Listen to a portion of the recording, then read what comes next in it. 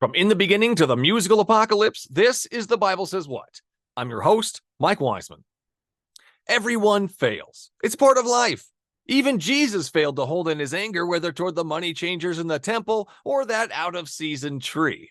Jesus had his share of failures. What's important is what we do after we fail. Did we learn from it? Or will we ignore our failures and continue to make the same mistakes? It's what we do after that matters most. Jesus chose to continue his failures by threatening all of mankind with eternal damnation. Don't be like Jesus. Fix your shit. Let's start the show. Is there anything in the Bible that you yourself have an issue with?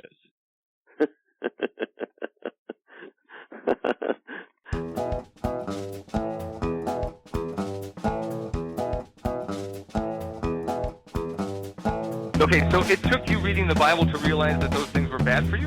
Yeah, it actually did. I Couldn't didn't figure this out on your own?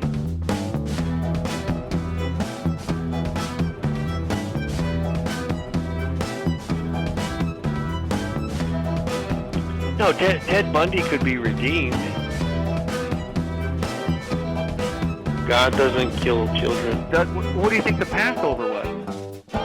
Yahweh sets up a whole system in the Old Testament where you slaughter animals just so he's able to forgive you.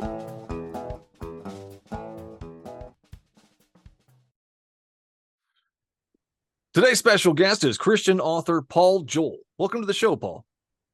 Thank you very much. I'm excited to be here. Thanks for coming on. Thanks for taking the time. Tell us a little bit about what you do.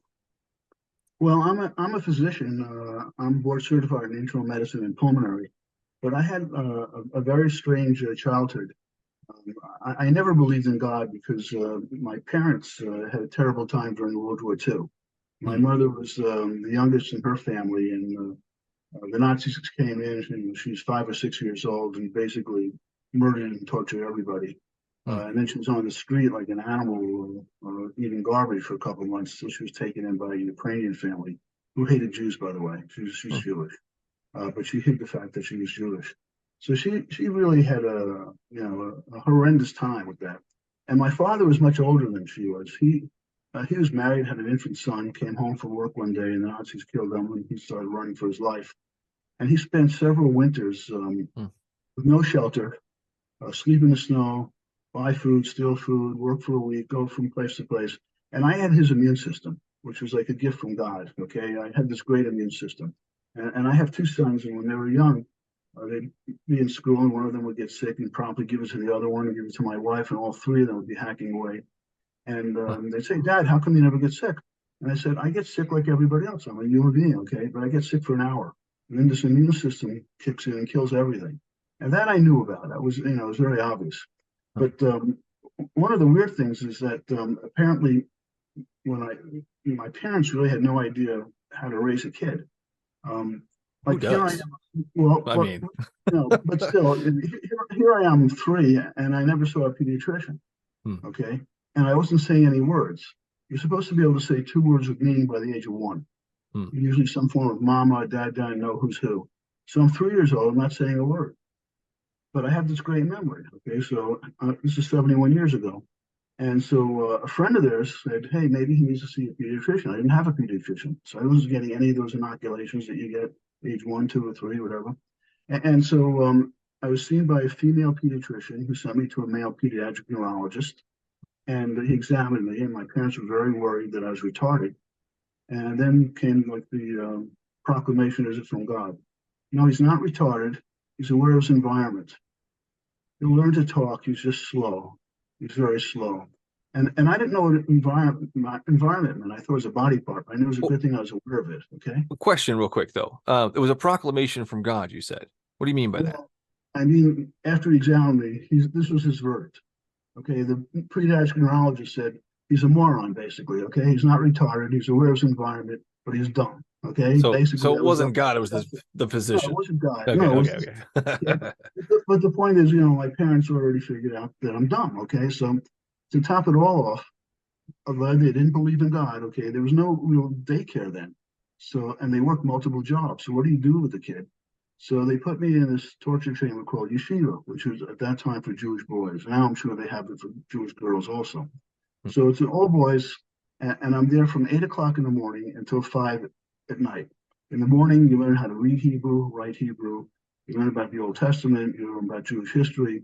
There's a break for lunch, and then in the afternoon, somebody else comes in and teaches you what you learn in public school: reading, writing, arithmetic, whatever. So I'm occupied, okay, and I'm the dumbest kid in every subject, okay, and I'm frustrated, but I didn't act out for some reason, okay. And it's not like my parents were running up to say, "How come the kid's getting D's and everything?" Because they already told he's an idiot, okay. So this went on for grades 1 and 2, and then it was worse because we moved in a different part of Brooklyn, and now I had to walk 4 blocks and take a bus for 6 miles and another block to Yeshiva Raleigh David Leibowitz. So now it's third grade, new kids, new teachers, same result, the dumbest Okay. kid in class. Okay. And You're an atheist at this point. I'm an atheist at this point, of course. So you haven't been introduced to God at all, or? Well, there's courses in yeshiva that talk to me about the Old Testament and everything else, but I don't believe it because look what happens to my parents. How you could explain to me Okay. that there's this loving, all-knowing, all-powerful God, okay, when all my grandparents, my aunts, my uncles, my cousins were all murdered. Yeah. There's nobody in my mother's family except for her. There's nobody in my father's family except for him. Okay. So how do you explain that? Yeah. So is God like on vacation, or he didn't give a shit, or you didn't see this? Like, where's this all loving, all powerful, God? So I never believed in God, even though in yeshiva they're teaching me about the Old Testament. Okay. They're teaching me about Moses and the parting of the Red Sea and all those wonderful, miracles and stuff. But to me, this is all nonsense. Okay. Yeah. So that's kind of how I grew up, and I was some kind of like goody two shoes also, which was like ridiculous. Like I didn't act out, I was miserable, and anyway, all that changed towards the end of third grade. Okay. What happened? What happened? The person who taught the public school part in the afternoon, Mr. Frank Tandler, okay, said, "I need to talk to you after class." Okay. And I was worried because I knew I wasn't getting an award for being dumb. Okay. And it was obvious. So he says to me, "Look, I don't know what's going on with you, but when I call you in class, you seem to have some idea what's happening. Okay. But when you take these tests, you're the worst student I've ever had in my entire career. Don't you study for the test?" So I told him the story of when I was 3, and then I'm done. Why should I waste my time studying? And I don't get home till 6 o'clock. There's Hebrew homework for me to do. I got to grab something to eat. I got to clean up, make my lunch. Okay. Why should I waste my time studying? Okay. What's the purpose of that? Okay. So he looked at me and he said, "Look, you're not dumb, and I don't want to hear about your schedule, and study for the test." Okay. So about 10 days later, he announces there's a Nice. test. Okay. About 10 days later, he announces there's a test. And then in a loud voice, directly to me, he says, "Look, I don't want to hear about your schedule. Do you understand English? Okay, there's a test tomorrow. Study for the test. Do you understand English, or is English a second language for you?" Okay. And that kind of hurt because all the people in our class were like me, parents of immigrants. And my father had a tough time with English. Okay. He would say Wednesday, Wednesday. Okay. The W would be V and add an extra syllable there. And he had a tough time. My mother was terrific in languages. But, English is ridiculous. No, yeah, right, no, right. I don't even have it. So right, right. So anyway, so I went home and studied for the test and got an A. Who the hell knew? Okay. Then I got A's and all these things. Like, suddenly like the light bulb went off. Like, I'm not a moron. Okay. Oh, yeah, and so you then, can do this. Right, I can do this. So then the next year I was getting all A's, and then I heard about SP, Special Progress in Public School. You take a test in 6th grade, you do really well. You go from 7th grade to 9th grade, you skip 8th grade. And for me, having one less year of school was like winning the lottery. Like, what could possibly be better? To every kid. To every kid, Paul. I was going to let you know. So anyway, so I convinced my parents that I should go to public school, which was already a win because that was 9 to 3. Okay. But the other part of the coin here is every one of those teachers at yeshiva had dark hair like me. And when I get the answer wrong, I get smacked over the hand with a ruler. So I've got little scars on the top of my hands, beating the crap out of it all the time. Okay.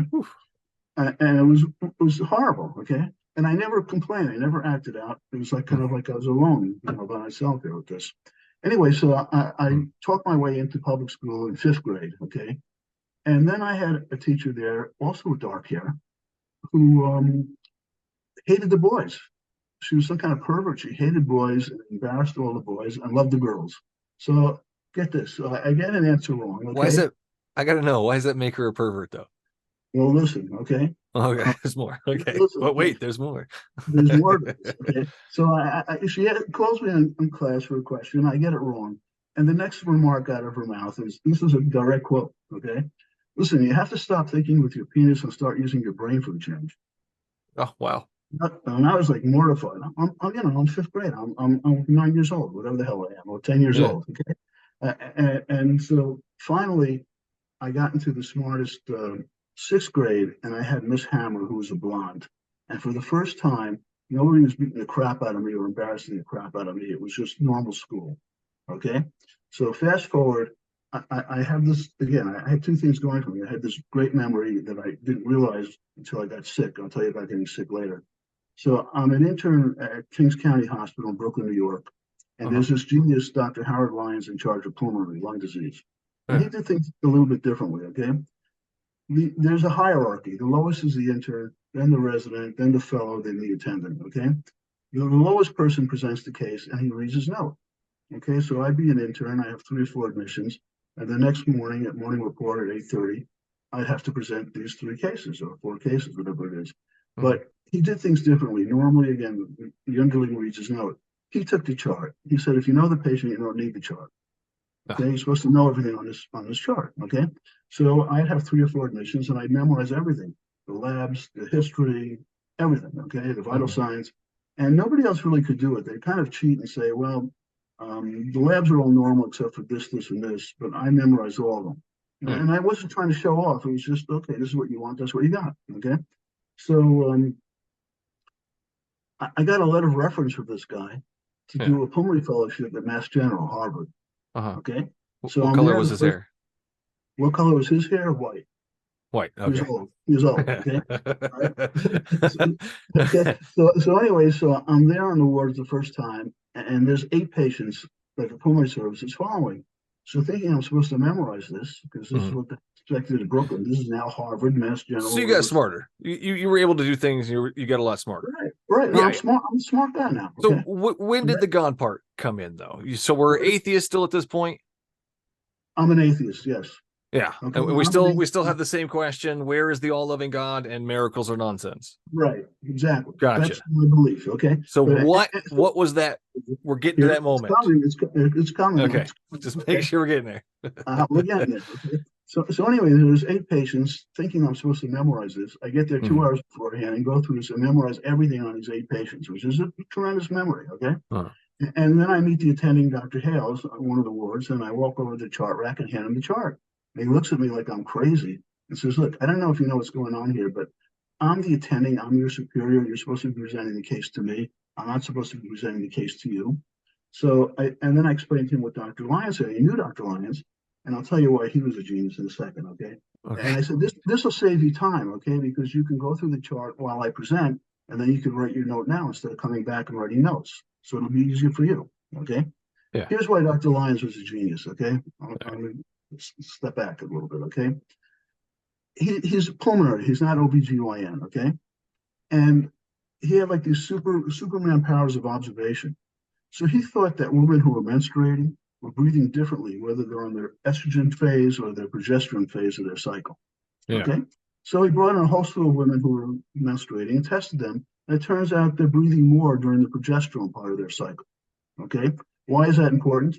Yeah. It's important because there's something called central sleep apnea. You've probably heard of obstructive sleep apnea, which is in overweight people treated with CPAP. Okay. It's very common. Okay.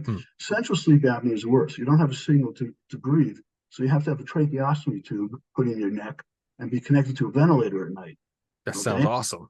Well, it's awful. Okay. And not only that, but the patients frequently move at night, so the hole in the neck gets bigger, it gets infected. Then it has to get plugged during the day, or there's no air going through the vocal cords. They can't talk.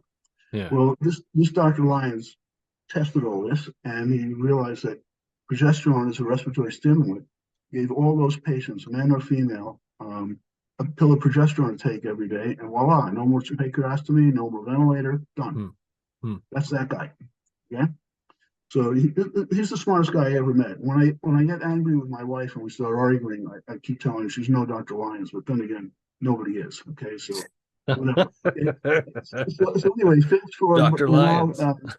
right. So we're now I'm a pulmonary fellow, and we finally get to the ICU.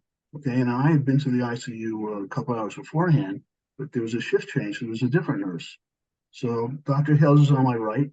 I'm looking straight ahead. I'm presenting the case from memory. Okay, and it's a complicated patient. The patient's on the ventilator. There's ventilator settings every hour, vital signs every hour. Okay, tubes coming out of every orifice, whatever.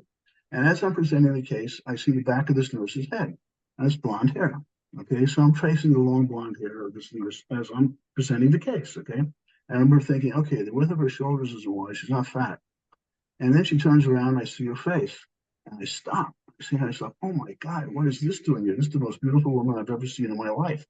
Okay, what is this doing here? And all this, and I hear Dr. Hales on my right ear saying, listen, you want to tell me how this patient got on the ventilator? We're pulmonary. That's what we're here for. Basically, we're not here to stare at women. Okay. Yeah. And the next thought was, pulmonary? Who gives a crap about pulmonary? Look at this one. Okay. Anyway, we're married 41 years now. That's my wife. Figured. Okay. and that's the beautiful blonde in the book. Okay. Yeah. That's the other character in the book is the crazy physician having these episodes of weirdness. Okay. And then there's this person. Okay. The only thing that's different about the book and real life is she's the one who believes in God. Okay. She's a devout Catholic. Okay. And in the book, she doesn't believe. And I'm the one who believes in the book. Okay. Now, here's what happened with this. Okay. Eventually, I'm shy with women. Okay. I'm I don't know if it's because I went to elementary school with boys or whatever the heck it is. Who the hell knows? But I'm not a ladies' man. Okay. So it took me a while to ask her out. And eventually I asked her out, and we were out in Boston, and we're at a restaurant. And as we're sitting there eating, in comes a young attending in pulmonary who fancied himself as a ladies' man. Okay, he's like 3 or 4 years older than me. Okay, and he sees us there. And the next day, I see him at work, and he says, "Look, how did you go out? How'd you get her to go out with you?" Okay. And I said, well, kind of like the normal thing, like you ask somebody, and if they say yes, you go out. Okay, Very that's simple. how that works. Okay, and he says to me, well, didn't you see the engagement ring that she had? I've been asking her for months, and she's engaged to somebody else in the hospital that I knew. Okay, and I looked, and I never saw the ring. Okay, I'm not asking somebody to go out who's married or who's engaged, because why would I get shot down? Why would you get involved in something like that? Yeah, that too. But I would never do that, okay? Because I'm shy, okay? And that's how I found out that she was engaged. And the next question is, here's this person who's like the living, breathing saint. Why the hell is she going out with me when she's engaged with somebody else, okay? So there was always like some kind of weird thing. And anyway, so eventually, a couple of years later, I asked her to marry me, okay? Yeah. And she says, I'll marry you if you get baptized. So you're still an atheist at this point? I'm an atheist, yeah, of course. During the whole dating thing, you guys never went to church? Yes. And she was okay with that? She's going to church by herself, not me. What the hell am I going to do with this? So you got baptized. Here we go. So she says, I said to her, look, I'm not going to lie. I don't believe in God. She says, that's okay. We baptize infants. Nobody's going to ask you anything. So I said to myself, all right, I get to marry the woman of my dreams. Somebody puts some water on my head. It's the deal of the century, okay? Yeah. So I got baptized November 4th, 1981. We got married in January 1982. But we really didn't have time for a honeymoon, okay? So we planned this 6-week trip through Western Europe on Ural passes and everything else. And that's where the book begins, okay? It begins on October 15th, 1982, okay? And real life, okay? She's not in the book yet, okay? But in real life, we're on a bus in Germany, of all places, okay? Formerly I hate the Germans, okay? Which is ridiculous. And we're going to see Neuschwanstein, which is this castle that Ludwig II built in the 1800s, all right?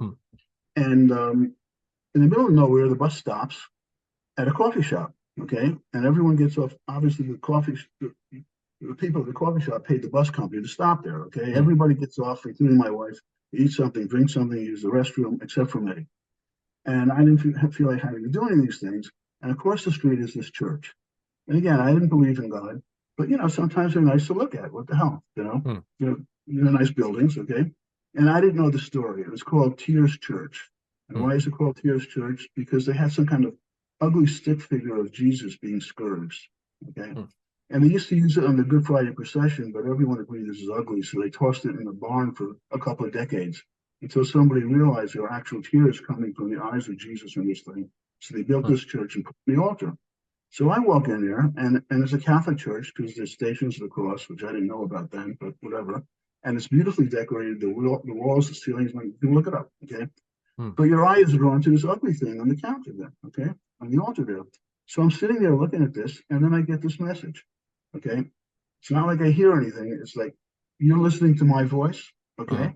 And you take and the impulses in your brain from listening to this interprets it as language. So you get this message, okay? Yeah. All right. That's the way it works. Well, here I'm sitting there and I get a message right to my brain. I don't hear anything. And it was, I love you, your sins are forgiven. And suddenly I was converted. Okay. So you had a thought. It's a thought as if someone's talking to me. The thought You thought is someone was talking to you. God is saying to me, I love you, your sins are forgiven.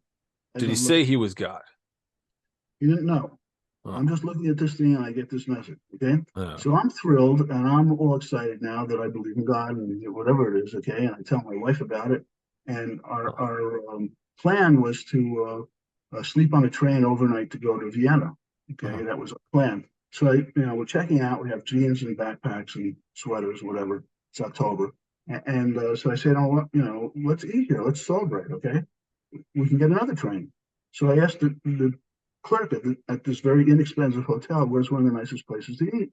And he says, well, at the restaurant, the Four Seasons restaurant, Four Seasons Hotel, it's one of the best places. So I said, let's go there. Okay. He says, you can't get in there. I said, what do you mean? He said, well, you're dressed in jeans, you didn't say sneakers and running shoes, and you need a suit. She needs a gown. And it's Friday night. It's a very small restaurant. You need reservations beforehand. You'll never get in. So I remember saying to my wife, of course we're going to get in. If the creator of the universe just, spoke to me and so, and we want to celebrate this, of course we're going to get in. So we run down there, okay, and there's a doorman with a hat, and everything else. And I asked him where the restaurant is, and he said, I'm up the banister on the second floor. And then he says, look, let me grab your backpacks for you, okay? I'll give them to you on your way out. Basically, we don't allow riffraff looking like you in our lobby with backpacks, okay? Right. Let alone eating at a restaurant, okay? So I go up the stairs, and everybody's in tuxedos. The maitre d', the waiters, the piano players in tuxedos. All the guests are in gowns and suits, and there's us, okay? So he asks me my name, so I tell him my name. And there's one empty table with a reserve sign on it. And my wife says she saw the reserve sign with our last name on it. I didn't see that. I just saw it took the reserve sign off, okay? And we ate there, okay? And we had like the greatest meal ever that I've ever had in my life, okay? We had hors d'oeuvres and appetizers and entrees and desserts and whatever the hell it is, okay? And then the piano player was playing this song, A Man Like You and Me. So I asked the waiter, do you know the lyrics of this? And he said, yeah, it's a famous song by Michel Jarre. And basically it says, we're all slaves to our fate. Rich or poor, you have a fate, and that's it. Okay, you may have free will to do whatever you want, but it's all laid out. Okay, and that's how the book got its name. From that song. Okay, so anyway, as we're sitting there, she writes this list. Okay, and it makes no sense. It has Saint Bridget, it has Paul, Stephen, four founders, Marcus. It makes no sense at all. Okay. And there's a map of Munich that they give to tourists at the train station if you want, at the downtown area, points of interest. And when you folded it up in your hands, it looks like there was a J at the Wittelsbach Fountain. The Wittelsbach family is a family from Sweden who ran Bavaria for about 600 years, and this beautiful fountain there. So for some reason, we think that the J stands for the name of our first child, okay? Now, we weren't trying to have children then, okay, or anything like that, okay? And as we're running there to see this, she tells me it means James, okay? Like I'm supposed, and I say to her, well, what's wrong with John or Joseph? Those are good names, okay? Or Jesse, or Jane, okay? Or Jesus. How do you know? or anyone, okay? And she looks at me like I'm an idiot, okay, and says it's obviously, James. And so we're running to this fountain to see if there's something written with a J on it, okay? And there's nothing written or anything, okay? And the fountain is a beautiful fountain, but it's in like a circle of traffic. And there's like a small sidewalk there. It's around 10:30, and standing there is a little old man, okay, an American with a Southern accent. And I didn't like Southern accents in those days because I'm impatient, okay? I don't have time to wait for the drawl to come out, okay? Open your mouth and talk, okay? All right. Uh-huh. So anyway, he says, he looks at me, Apologize to our southern listeners. right, right. So, well, I got clear of that, okay? So he looks at me and he says, "My name is James. I've been waiting here for a long time. It's about time you got here." And then he turned around and left. So that's how our first son was named James. Gotcha. Yeah. So let's thank you for all that. Right. Let's back up the train a little bit though. I want to go back to, because you were at Where Is This All Loving God and Miracles of Nonsense, but then you had a thought. Well, and then now I had, all of a sudden, wait. did Then we I had this miracle. Now the miracle gets even more insane the next day. Okay, we're on a train. We sleep overnight. Okay, that's chapter one. I told you. well, October let's 15th, pause it. Let's pause there for a minute. Let's pause there. So at that point, you have pushed aside where is the all loving God. You've pushed that aside, and we are Right. now a believer I'm in a, miracles.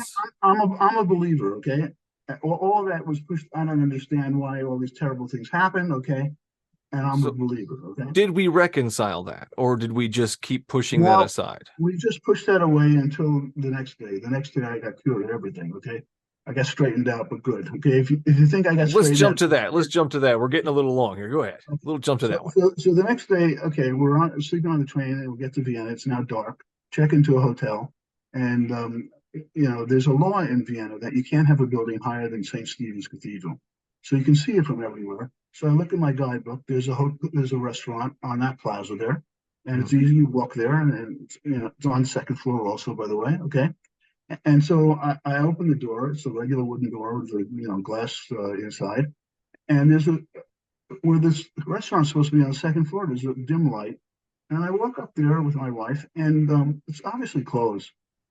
So I turn around to leave, and I can't open the door. We're locked in this hallway. I'm a pulmonary fellow who grew up in New York City and did a fellowship at Mass General. There's a law in every single Western country, okay, starting in 1921. What happened in 1921? There was a fire in the Coconut Grove nightclub in Manhattan, okay? And for whatever reason, the people were locked in and they were burnt alive. So there's a law that if the place is closed and it's not functional, it's closed, you can lock it, okay? You don't want robbers to come in and rob the place, okay? But once you can open the door, you can't lock people in. And I know this, okay? So I'm tapping on the window, and a man with dark hair comes over to try to open the door. He can't open the door that I opened easily, okay? And now I'm getting really upset because I think I'm in the Twilight Zone. What the hell is this, okay? And then I look back at the light where my wife was, okay? And I see a Christmas tree for about 5 seconds, and that goes away. Then I see an Easter candle for about 5 seconds, and that goes away. And then I see the face of Jesus for about 5 seconds, and I'm petrified. And he's not smiling, okay? And I turn around and try to get out. I can't get out, okay? And finally, a lady with blonde hair, here we go, that blonde again, okay? I knew it was coming up, Dan. Okay, looks over and opens the door and lets us out, okay? And we run out like scared mice. I remember saying to my wife, look, we're going to the next restaurant that we see, okay? I don't know what Twilight Zone we were just in, but I need to be around people, okay? I need to be on this planet Earth, okay? I don't know what that was, okay? So we wound up eating Chinese food. Did she see Jesus as well? She didn't see any of that. She didn't see anything. Any of that. Okay? So it was just you that experienced this vision. Right. Or right. Whatever it was, okay? Was it more in your head, or did you see it with your eyeballs? No, I saw my eyeballs as if I'm seeing you. Like Jesus' face. His face. Right. What color was his hair? He had the typical thing of what you see with the short beard, brown hair, whatever. Was he white or black or brown? He was white. He was white. White. Jesus is white. That view of him was white. Okay. So anyway, it gets better. Okay. Okay. So I love it. I don't know how it can get any better than that, Paul. okay. So here's how it gets better. Okay. The next Uh-huh. day, I buy a book of saints. Okay. Uh-huh. And I look at July 23rd, which is the feast day for Saint Bridget. Okay. Which is one of the names that my wife wrote down on a sheet of paper. Mhm. And I can send you a copy of that note because, of course, I've kept it. So if you send me your email, I'll send you that. I sent you that note actually, okay, of her You're list. cutting out. Are you, I sent you go ahead. that list, okay. All right. Anyway, I look in this book of saints, and July 23rd, there's a face of that lady who opened the door for us, Saint Uh-huh. Bridget. So she was born in 1400 and died in 1473. But I swear to God, she was there to open the door for me on October 15th, 1982. What color was her hair again? Blonde. Blonde, not the dark hair. Yeah. Right, So right, right. what's the thing with the dark hair versus blonde hair? Well, again, when I was in school, in elementary school at So Yeshiva, was it there were dark different hair people are rabbis. meaner to you and blonde hair people are nicer to you?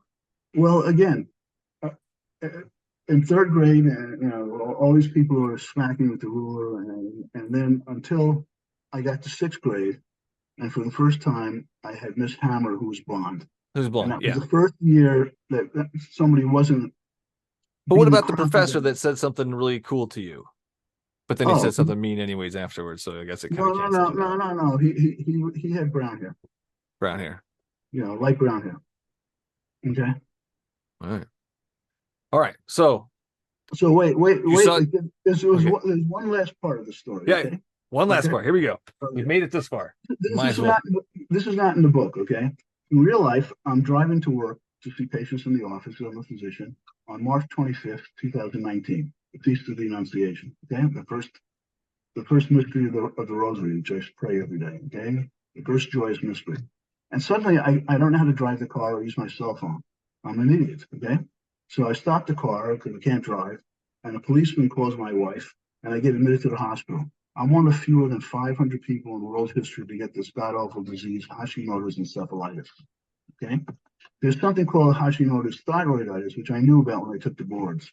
And there's two tests that are positive, antithyroid globulin, antithyroid peroxidase. And your thyroid function is abnormal. Okay. This is different. The two tests are positive. My thyroid function is completely normal, and I'm out of my mind. Okay, so they do an MRI of my brain, the whole brain lit up like a Christmas tree, all full of inflammation. I get treated with steroids, chemotherapy, anti-seizure medicines because I was seizing. Okay, and this great immune system is now destroyed, and I'm a moron. Okay, I basically I have most of my long-term memory wiped away, all my short-term memory wiped away. So I'm in the hospital from March 25th, 2019 until May 2nd, 2019. I come home, I'm still on chemotherapy, steroids, and now I have to write a list of the medicines every day. And as soon as I take the medicine, cross it off because 2 minutes later, I have no idea if I took the medicine or not. Okay. And I'm left-handed, so the right side of my brain is the dominant side. And on my right side, I have no right hippocampus and no right temporal lobe. They're destroyed. And those are the areas of memory. So Okay. you're pretty messed up. I'm a moron. Oop. Okay. Basically a moron. The only thing that was weird is I still remember the medicine for some reason. Okay. And I knew who my wife was. Okay. And I knew how my sons came to visit me. I knew how they were. Okay. But that's about it. Okay. So this went on for 2 years of treatment. And then since nothing changed, the treatment was stopped. Okay.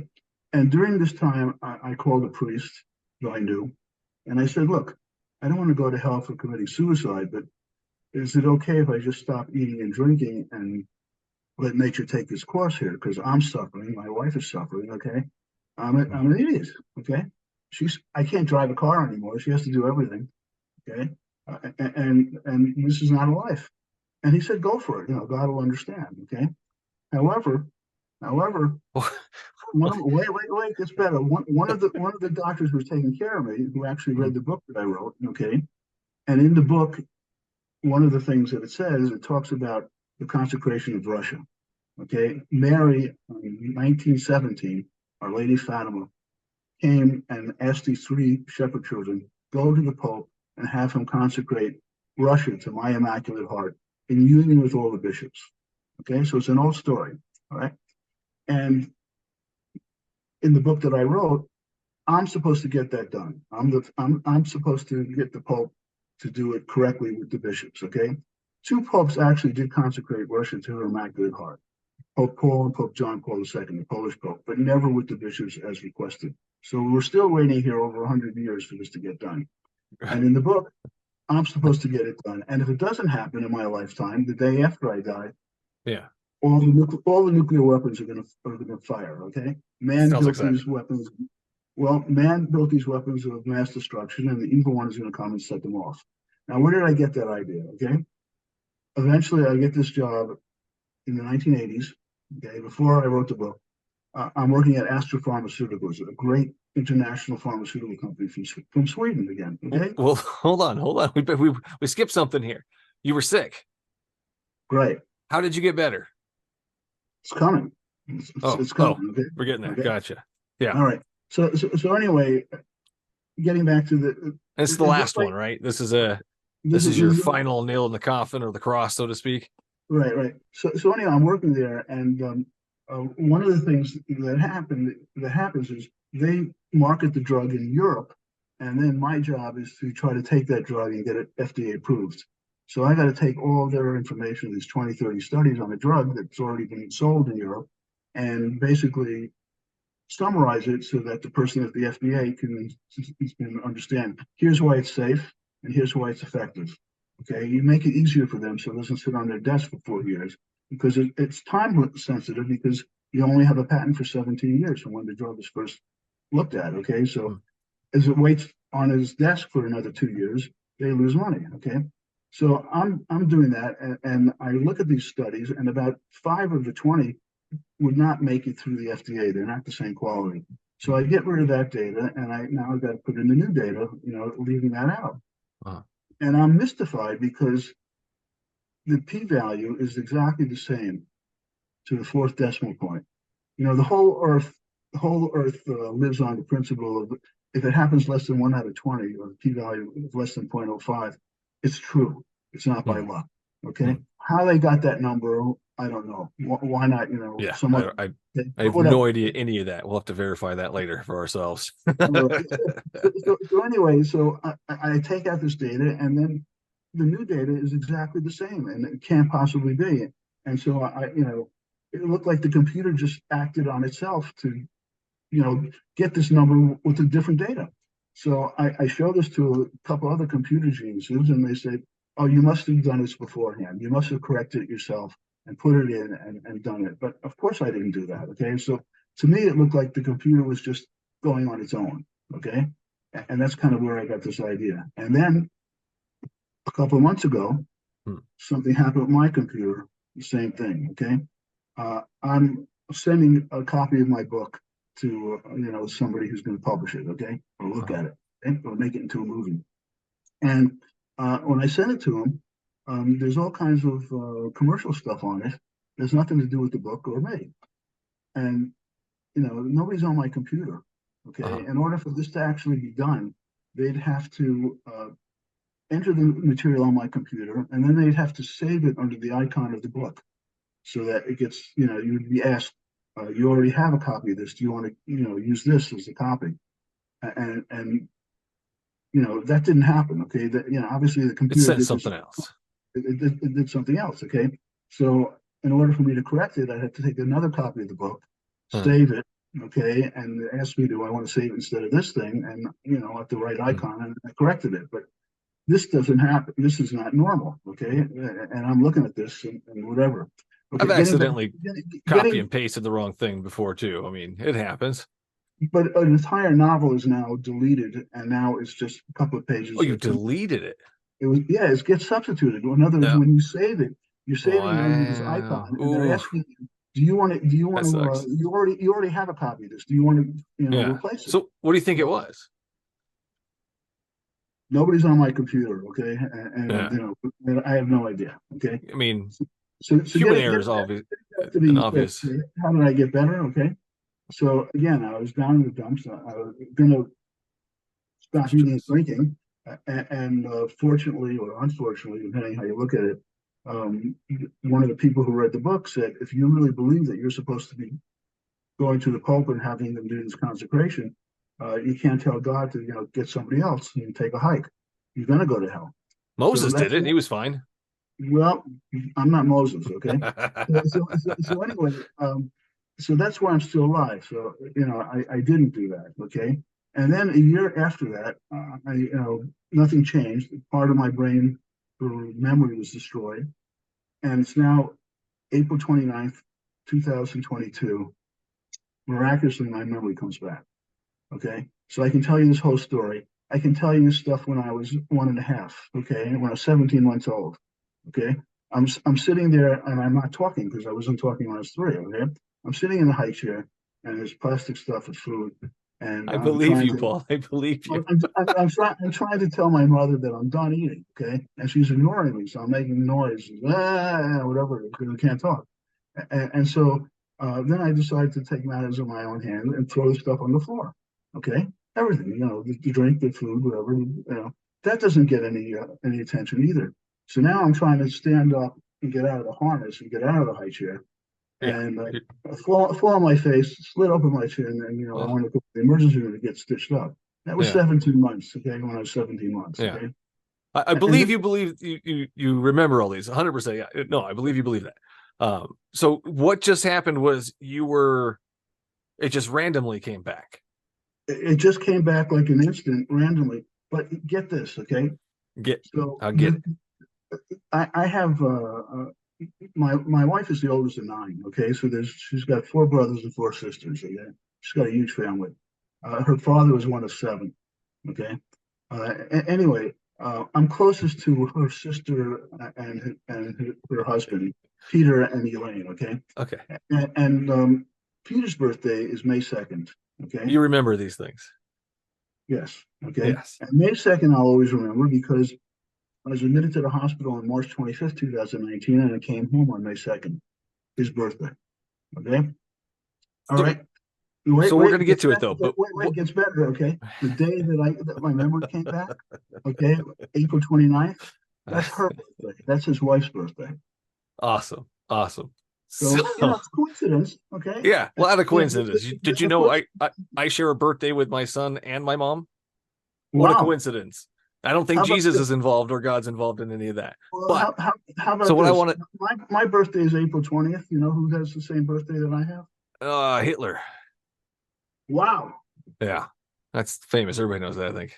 Almost everybody. Well, But I want to get into the where do you think this came from? Where do you think the sudden snap back to memory came from? it's a miracle because So again, you think when you look at God is involved?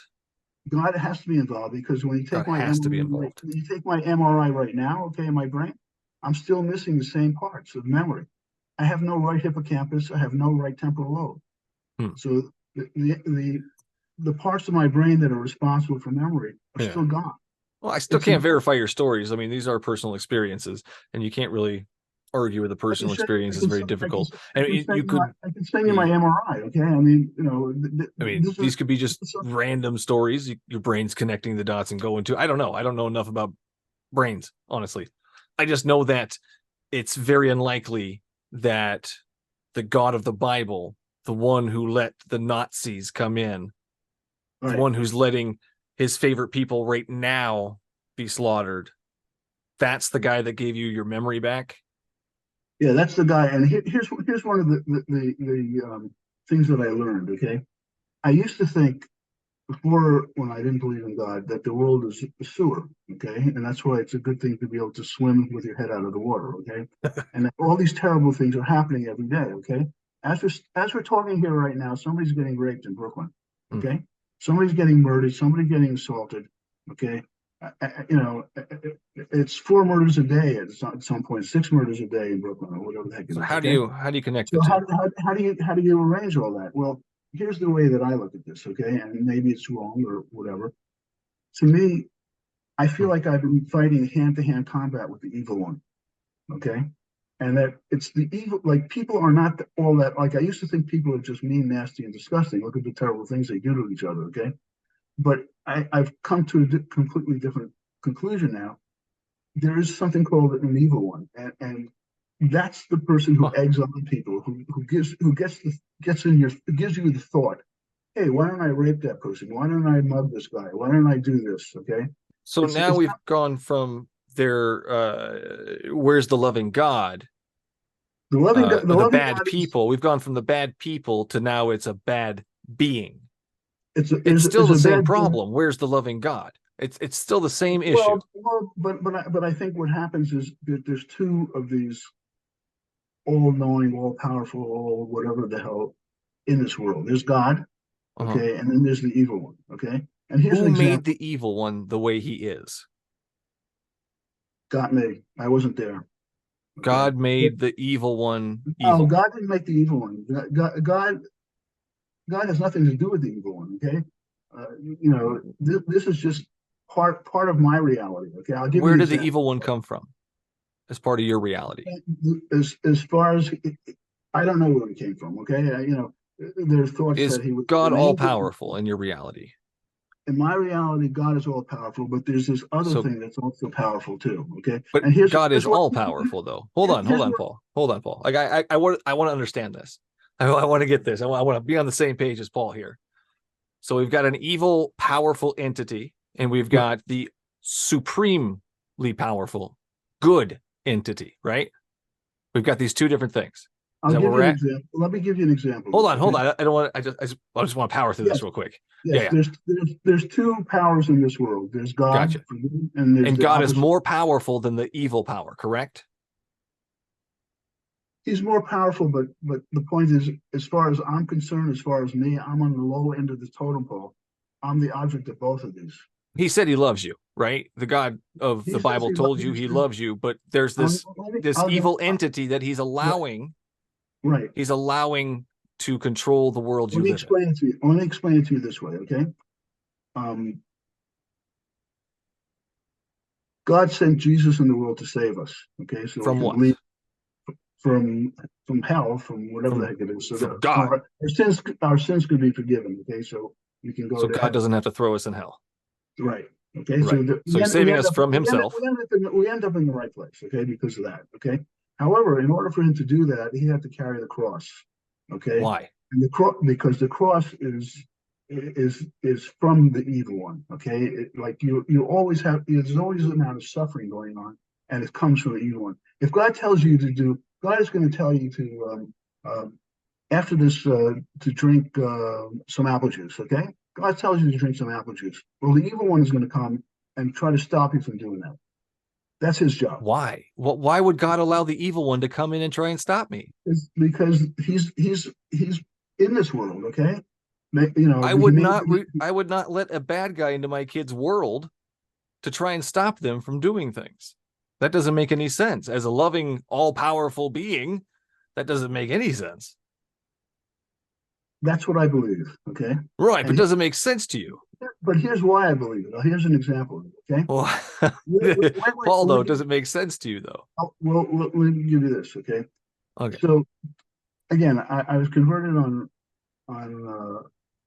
October 15th, 1982. 2 days beforehand is October 13th, 1982. And October 13th is a big day in the story of Our Lady of Fatima.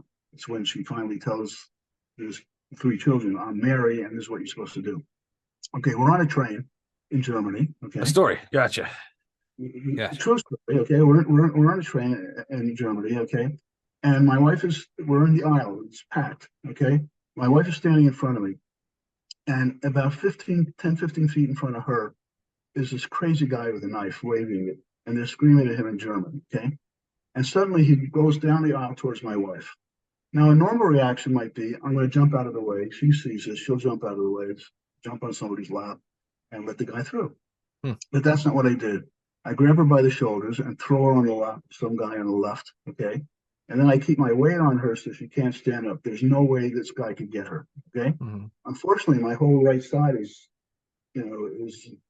open for this guy to stab in, okay? And I'm in the aisle, because she's taking up the space there. And by the grace of God, he goes by and doesn't stab me and goes into the other car. God protected you. Whatever, okay? So anyway, I let her up, okay? And this is Saint Mary Beth. This is the person in the book, the perfect woman. Okay, she doesn't even say thank you. Okay, and for the life of me, if you carried her bags from the grocery store to the car, she'd say thank you. Here I risk my life for her, and she doesn't even say thank you. It's like it didn't happen. Okay, and so I pray to God, and this was after October 15th. The next day, 2 days later, was October 15th, and I believe in God. So, I pray years later and say, explain this to me, God. How is this? Like there's nothing out of this person, okay? Like, I risked my life to save her, and there's not even a thank you, okay? And then I got this disease, Hashimoto's encephalitis, and then that was the answer. It's wiped out of her brain, immediately wiped out of her brain. She didn't say thank you because she doesn't know about it. Didn't happen in her brain. Okay, that memory of that event is not part of her brain. Okay, so how does that explain the evil in the world? Well, again, I used to think that people are just lousy. They're just terrible. They just right. You used to think that. You change your thinking. You change that it's not people, it's an evil one that's doing it. But why would God allow an evil one?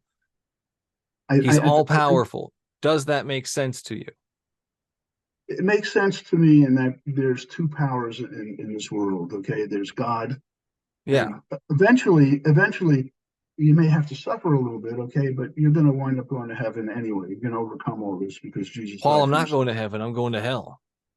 No, hopefully you're not. Okay, there's hope for you. I know. So they tell me there's hope for me. No, I don't believe. I've blasphemed the Holy Spirit. There is no saving me. Well, here's the other thing. Okay, I say the Lord's Prayer every day. Okay, it's part of saying the Rosary. Why? But again, now this is complete heresy. Okay, I think it's wrong. Okay, I change it. Okay. So you changed the Bible. That says in the Bible not to change the Bible. This is in the Bible. Yes. No. Okay. So again, it starts off, Our Father who art in heaven, hallowed be thy name. Thy kingdom come. Thy will be done on earth. Yeah. Give us this day our daily bread. Forgive us our trespasses. We forgive those who trespass against us. Fine. Yeah. Okay. But then at the end it says, lead us not into temptation, but deliver us from evil. Okay. Now you're praying to your Holy Father. Okay. I'm a father. I'm a father, okay? Why would you ever have your children led into temptation? It's not a game show. If they fail, they go to hell for eternity. Like, does that make any sense? No. Okay, you're talking to your Heavenly Father. Again, I have two sons. Okay, I'm not going to ever say, hey, we're going to give you a little trial here. There's a little temptation. If you get it wrong, you go to hell for eternity. Okay. Right. You wouldn't make a tree and put it in the middle of their room. Right. And tell them if they eat of it, they're going to die, and then actually punish them for all eternity. Right. So in my way, I end it like this. I don't say lead us not in temptation, but deliver us from evil, because there's no nebulous evil. There's an evil one, okay? And I just say, deliver me from the evil one. That's it. What makes the evil one evil? That's his thing. That's what I don't. What makes him evil, though? Like, what does he do specifically that you know of that makes him evil? Does he hurt children? Does he deceive people? He is the direct cause of all suffering, all disease, all wars. Okay. What about the suffering and wars and disease that Yahweh causes? God himself causes. What about those?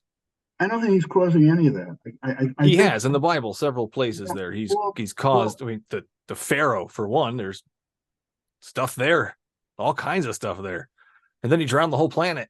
Remember that one? Yes. I would say that would be evil if just rationally thinking about it.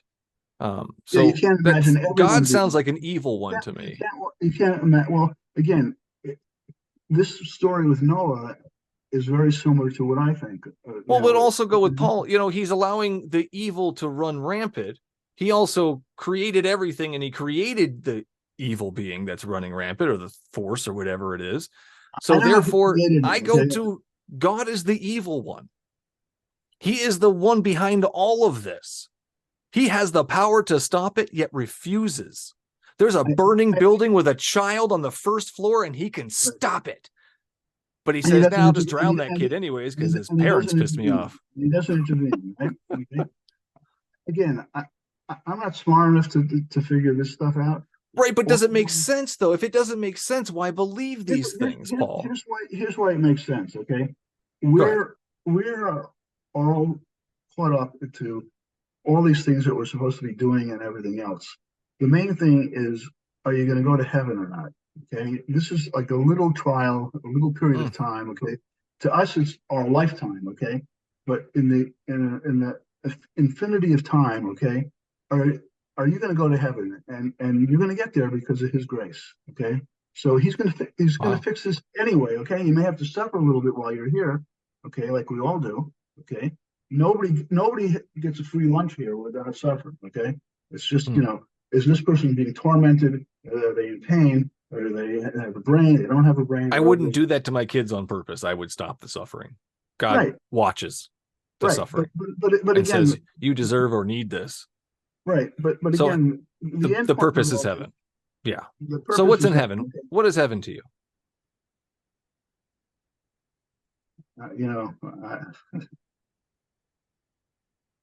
It's obviously a place where saints are.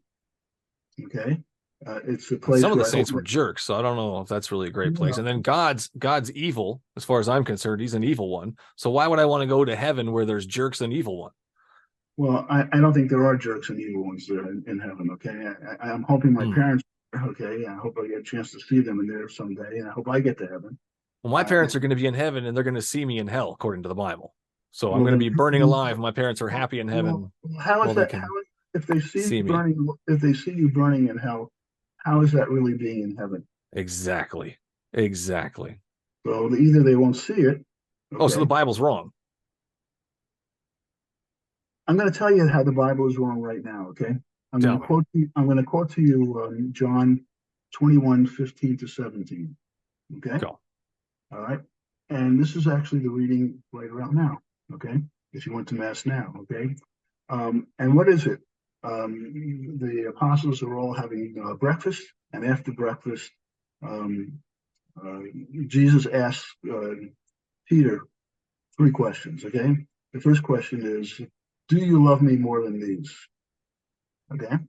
And Peter says, of course I love you. And Jesus what says, an ego on that one. feed my lambs, okay? And then again he says, do you love me? And then again, do you love me? And each time Peter says, seems insecure. You know that I love you, okay? Well, the first question is an impossibility, okay? The first question was not, do you love me? Okay. The first question was, do you love me more than these other apostles? Okay. And the answer to that question is no, he doesn't. Okay. He doesn't love Jesus more than John. Okay? Why does Jesus want to hear this? Well, he's basically making Peter the first pope. He's saying, okay, do you love me? Feed my lambs. My sheep. Now you're the pope.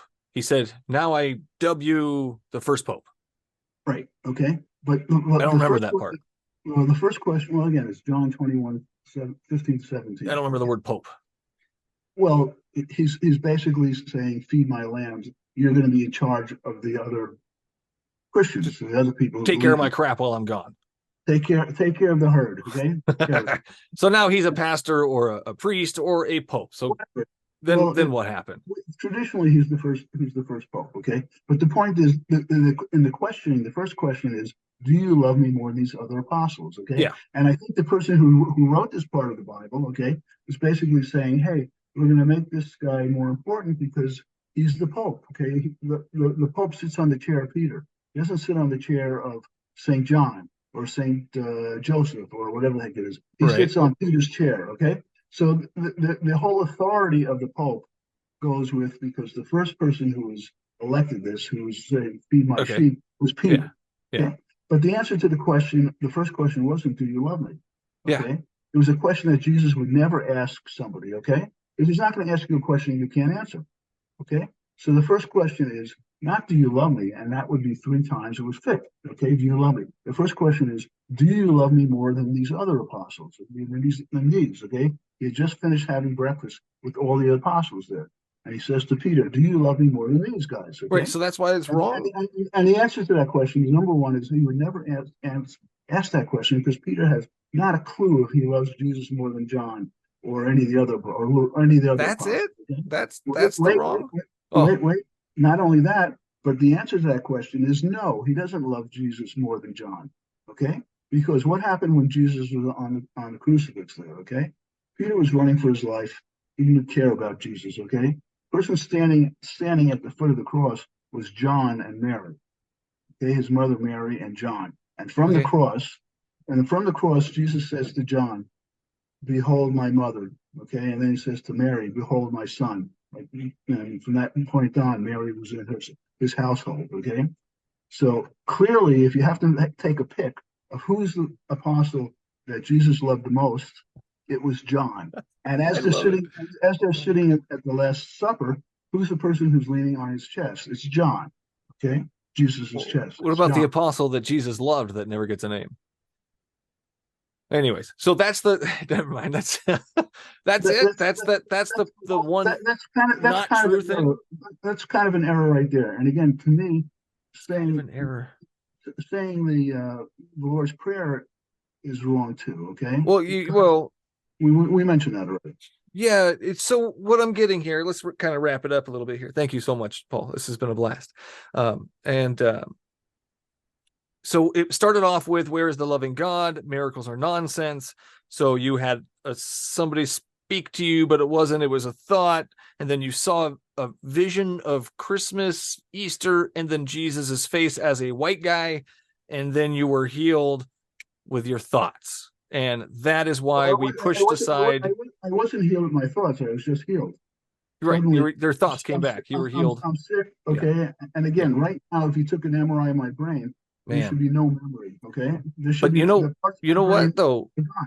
You first off, we can't attribute any of that to Jesus or God. There's no, God didn't say I did this, stamp it on your forehead or sign it.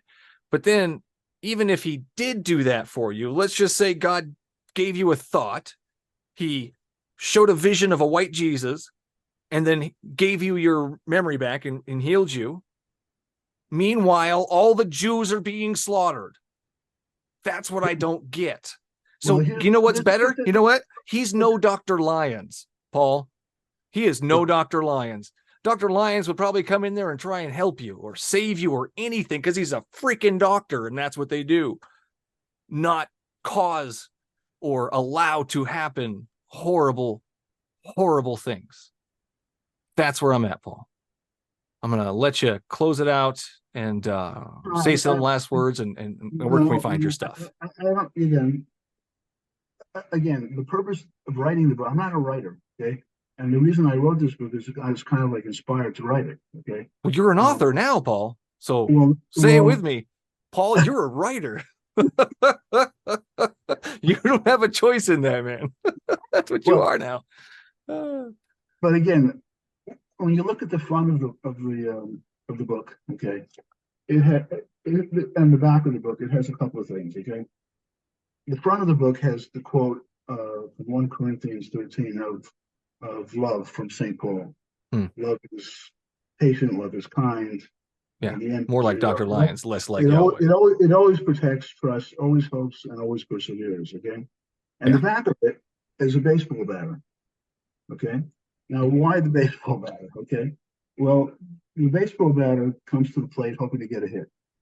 And I don't care how good you are, okay? Most of the time, you're not going to get a hit. You get an out, okay? Your batting average isn't 1,000. It's not 500. It's if you're really good, it's 3 out of 10, okay, that you get a hit. The other times you fail.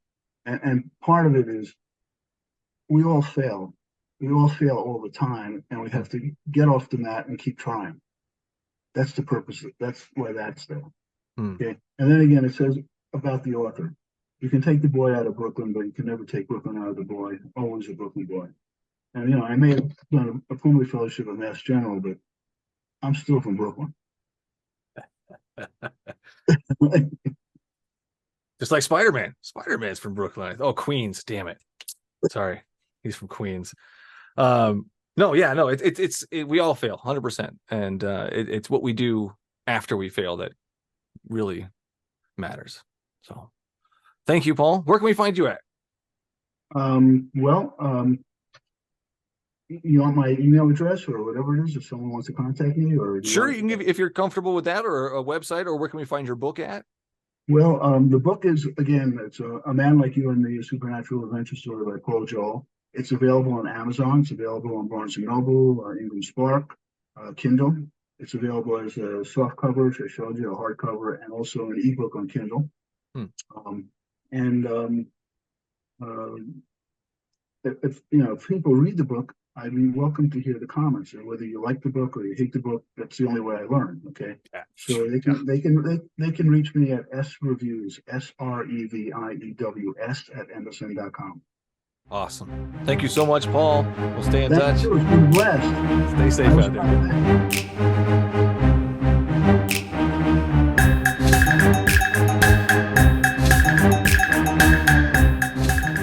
That's all the show there is for you today. Thanks for listening. As always, you can find me at the Bible Says What YouTube and Facebook pages. You can also find clips of the show on TikTok under BSW the Podcast.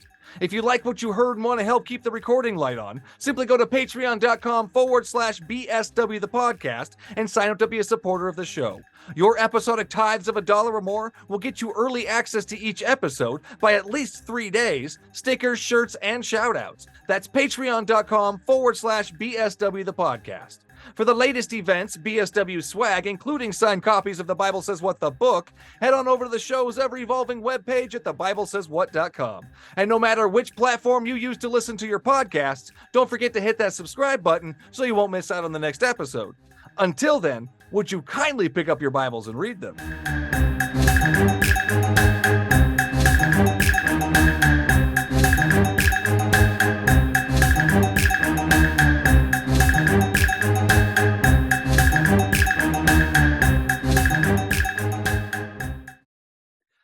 Next time on The Bible Says What?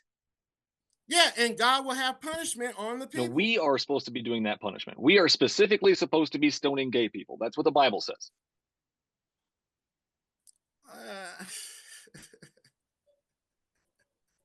I mean, we can't let witches live either. We got to kill those. Do you think witches are real? Yeah, disobedient children. We're supposed to stone disobedient children as well. God wants that done. I don't think these are good laws. I don't think these are good ideas. These are God's perfect, holy, righteous, and good laws.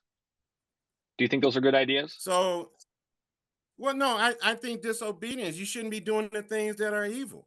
Forget about the disobedience. Simple. Forget about that. Well, no, let's talk about the punishment itself. Because without the disobedience, there wouldn't be a punishment, Michael. That's not fair. The disobedience is ridiculous. But the punishment itself, let's look at that. Do you think? So lying is ridiculous. Lying is ridiculous. Lying is ridiculous. Adultery is ridiculous. Adultery. Don't even get me started on God's adulterousness. Come on. Who impregnated a teenage kid that was proposed to be married to somebody else? Yeah, God. That's sin. That's what I'm saying. And people God like did that will not That's enter sin. into the kingdom of heaven. He impregnated a teenager.